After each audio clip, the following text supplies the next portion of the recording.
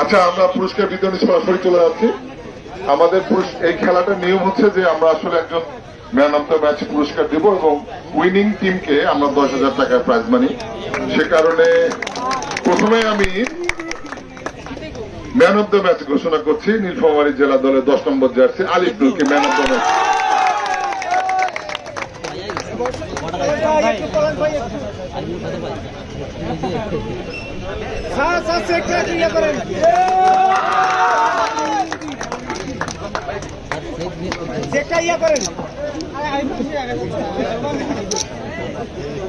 এরপরে বিজয়ী দলের জন্য 10,000 টাকার চেক বোর্ড উইনিং টিমের ক্যাপ্টেন, কোচ এবং ম্যানেজার 10,000 টাকার চেক বোর্ড তুলে দিচ্ছেন আজকের আয়োজনের প্রধান অতিথি সহ অন্যান্য অতিথিবৃন্দ।